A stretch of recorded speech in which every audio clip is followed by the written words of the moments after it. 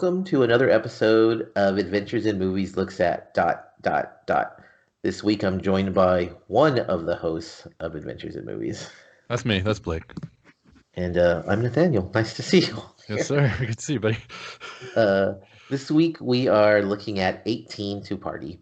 18 to Party is a coming of age movie set in 1984. It's about a group of eighth graders who are trying to get into I guess, an underage club. Hmm. While they're trying to get in, they talk about UFOs and parents and life. It's a coming of age story. It is. So, right off the bat, we're gonna talk spoilers, but we're not gonna get too much in. We won't ruin anybody's enjoyment of the movie, but just by talking about the movie, we'll reveal a little bit about it. So, what did you think? It's based around these what, eight kids, maybe? Yeah, 7, 8 kids. Yeah. So, I guess my first question would be, did you think the cast was too big? I didn't. I didn't actually. I thought they kind of were trying to cover some, just some bases as Yeah. characters go, especially from that era. And no, I thought there was no, I thought there was enough. I thought that was maybe any more would have been too much, but I liked what they did. I did too. They did a really good job because you have that many characters, and we recently saw it in the It remake. Some people get forgotten, and it's not the only movie. You have a big cast of people forgotten, but here they spread the wealth. They did a really good job of Absolutely. it. Yeah. So, what did you think of their performances?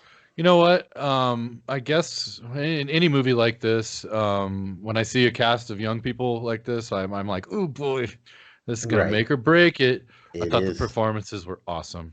I thought they did a great job. In particular, a couple characters, but yeah, I thought there was some standout stuff. I really liked it, and for the most part, I'd say they all did well, actually. Yeah, Kyra, I believe her name, the Kira, yeah, really Kira, yeah, Kira. I thought she did an excellent job. incredible performance. Yeah, She's kind of your stereotypical negative, mean-spirited, and then she gets her comeuppance, but emotionally, so well done. I really enjoyed yeah, that. quite the moment. Yeah, really powerful, actually. And the movie is filled with these emotional highs and lows. Did it resonate with you? It did. I had no, honestly, I'm surprised. This movie really surprised me. It took me places I didn't expect it to go. I thought the stuff was pretty natural and believable. Would you, did you find, performances aside, did you like the kids? Yeah, a couple of them. Yeah, So, no, so but I which would think that you? says a lot, right? Like you were supposed to have some polarity there, and I definitely favored some actors and performances over others. That's actually a really good point. There's some like Lanky, I think in particular, you're supposed to Lanky. kind of feel for, but not really like him. Oh, Even in the best yeah. of times, they straight out say even before this certain incident, he was an asshole. Yeah. I agree with you. There was some Kira again to mention her. Mm. She's the one that you're kind of, I guess, supposed to not like, but just because she's so funny, you end up kind of liking.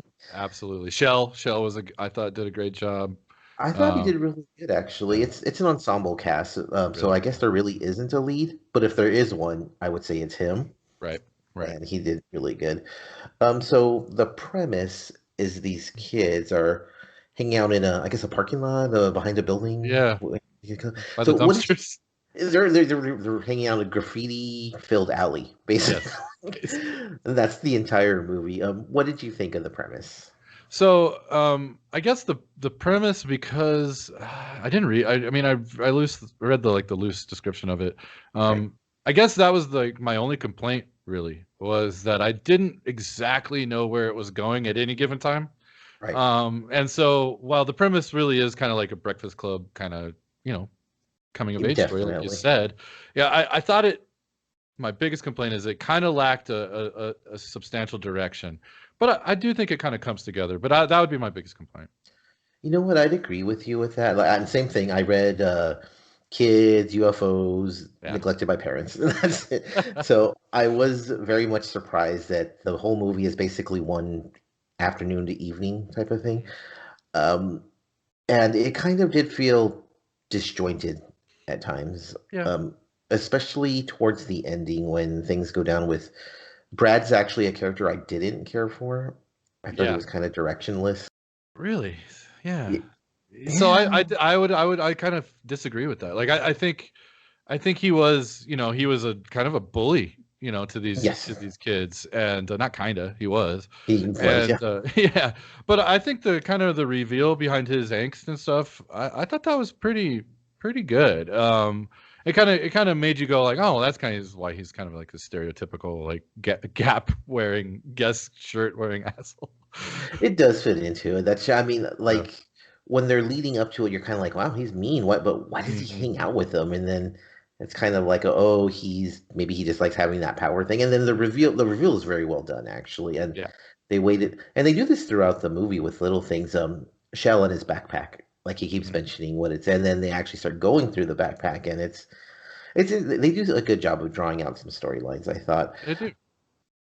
Did you think that, so it's set in the 80s, 1984 specifically? Yeah. Did you get a feeling of, so most coming of age stories, they're about nostalgia and Mhm. they're about good times, and yeah, there's some growing up and stuff, and there's a little bit of difficulties there, but it's all about the fun of it. I got a feeling of reverse nostalgia out of it. Like it was kind of about how much the 80s suck. Yeah, no, I agree. I thought it was kind of, everybody looks spot on. I thought Yes. everybody's costuming and just the hair and just they give you long shots of like girls with big hair walking. That's just Yes, very well just done. perfect. Yeah. But yeah, ultimately, I think that this movie kind of does a great job of illustrating kind of like the latchkey kid thing that happened in the '80s, where a lot of parents kind of, let the TV and well, they kind of just let their kids kind of do whatever they wanted at some point in time, and it really translates well as to like, well, what are like they say like we don't have anything to do, and it's like, well, but they don't want to be at home with their parents. Actually, their parents wouldn't even they're not even there. They're at a UFO meeting. Yeah, it was just pretty funny. And Yeah. that's a key point in the movie where everyone's like, do your parents even know you're here? Hmm. And this is one of the things I didn't like about the movie is there's lots of points where it's kind of like, okay, let's stop and talk about an issue. And they do this Yeah. kind of like this round table where no one's parents know where they are. They do a thing about guns at one Hmm. point. I felt it was kind of corny at Yeah. times. Yeah. I think the '80s were corny. But yeah, yeah, I do think that I agree with you. I thought it was like at times it was just like a little bit like too on the nose, but I don't think it detracted too much for me. Did you find the kids relatable? Because, a lot of the charm of these movies, especially from the 80s, is like, oh, I remember that, or I knew someone like that. Did you get that feeling with these kids? Or I even the did. situation in itself? So maybe not the situation itself. Right. I wasn't so much like go hang out like down at the In the underage club. alley. Yeah, with Yeah. my friends kind of stuff. Like I was always on my bike like, shooting stuff.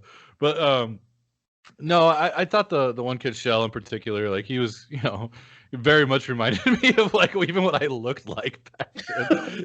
Like and I'm much more like I grew up probably like, a decade later, like, I like 93, 94 is, kind of when I was these kids' age. And so but it was relatable on a lot on a lot of levels. Like I kind of had that kind of group of friends really, and like I saw myself in like at least a couple of them. That's cool. You didn't want to go to the XO, bro? I did not. Yeah, the premise, there was maybe one or two underage clubs. I don't remember. I Yeah. never got to go to them, No. but no, the kids, yeah, you can totally see a lot. I moved around a lot, so I didn't have like a group of friends like that. But there was always that one kid who would kind of lord over you. There was the jerk kid. There was the The kid, know-it-all kid, like the know-it-all, the guy who has to talk about every single little thing. Like, so I thought that they did a really good job of that without making it heavy-handed. I thought it was, because that could have been a very, very bad movie. I agree. So, pacing, we're talking about it being in one place, we're talking about it being disjointed. What did you think of the pacing? I wasn't too displeased with the pacing. I did think it kind of well. I just like I said, I think with the premise the way it was, um, I didn't know what was gonna happen. Like I didn't know where it was. I didn't. Are they gonna all gonna go to this like construction site, or are we gonna see the inside of this club? So like the pacing, I guess, like ultimately, I was another complaint. But again, it's kind of a minor one, I guess. I'd agree with you. It's highs and lows. Like when it's Mm. on point, it's great. It's really emotional. It's funny. It can be frustrating when you're like, and then when it slows down, it really slows down. Like, I think Shell and Amy, I believe her Hmm. name was, when they go to the construction site, there's parts of that that are really good, really well shot, really well Yeah, acted, yeah. really. It kind of put me like when you're a kid and you're kind of hanging out with that girl you have a crush Yeah, I on. was nervous all over again. Yeah, it was cool. It was really cool. And then there was parts of it. It was like, okay, like how long are you gonna look at this magazine? Like, Yeah. yeah, I get it. Like it kind of ran its course, but Hmm. for the most part, I have no complaints about the pacing.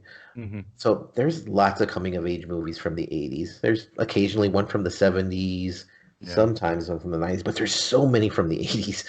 Why do you think there's so many coming of age stories coming from the 80s? It's a good question. Like, and like, well, and I was thinking about this. I guess was like, it was kind of a time before the internet ruined us all, and like, like what this movie can't does not work in any other setting really than the '80s or early '90s, and because they would all be on their phones, like they wouldn't even be talking to each other, and so That's a very good point. I didn't think of yeah, that. and so I don't know, like the '80s kind of encapsulate a kind of a time that is no longer available to us, and all the like when the kids are walking up talking about computer stuff, Yeah, it's it's like a very, very you knew smart that they opening. just didn't read that on the internet, like they were reading magazines or books, super into it. So like I think there's just an innocence to the '80s in general that I think works well with this kind of thing. That's a really good point because I was thinking about it, and for us, it's nostalgia. Like yeah, bring us more '80s. It's kind of Yeah. cool. '80s, early '90s. Yes, that's awesome. Play the fix. Yeah, exactly. But it's like there's people who are younger than us making movies coming out of the 80s, and you would think they would do something out of the 90s, but you're right. With the internet, with cell phones and technology, 70s might be a little too far back, but the Mhm. 80s is also close enough to where someone can be like, "Oh, my parents talk about that time fondly." Exactly. Exactly. That's a very good point. And then, I was actually thinking that this movie could have taken place at any time, and I thought the 80s was kind of pointless. But now that you think, when you mention that, it does make a lot of sense to put it in that particular period. So what did you think? You mentioned the fix. What did you think of the alarm? What did you think of the soundtrack? I liked it. I liked it. It was sparse, Yeah. and so when it came through, it was noticeable, but in a good way. I think that this movie did a lot of really subtle things in a really great way, and that was one of them. I think the subtleties are the best thing about this movie. The soundtrack is really good. Here's the thing, though, with coming of age stories, especially from the 80s, they get those hits, like Rebel Yell or Everybody Wants to Rule the World or something like that. This one gets fans who may or may not have heard of The Fix, The Alarm. There's a mention of YouTube, but they're not Mhm. playing their hits. Talk shit about him is so good. Yeah, and it's actually almost prophetic. Yeah, that's fair.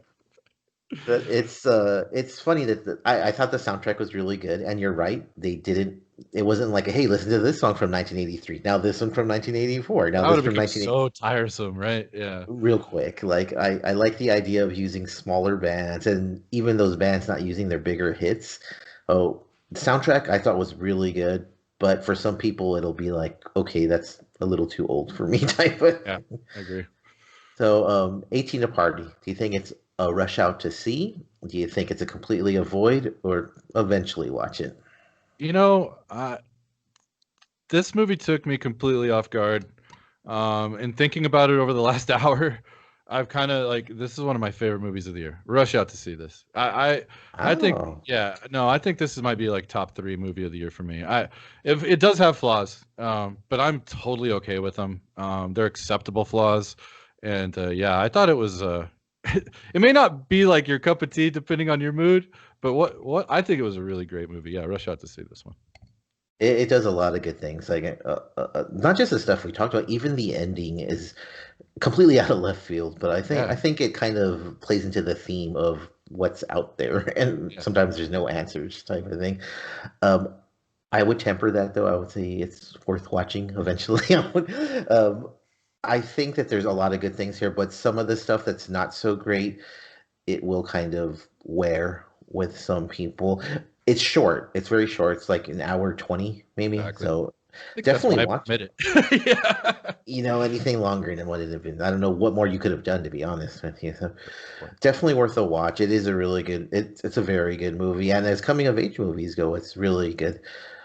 Every week you can catch us here. We're done with horror for the time being, but who knows? We might be back on horror next week. You never know what we're gonna do here. If Danny were here, he would say like and subscribe. Adios, everybody.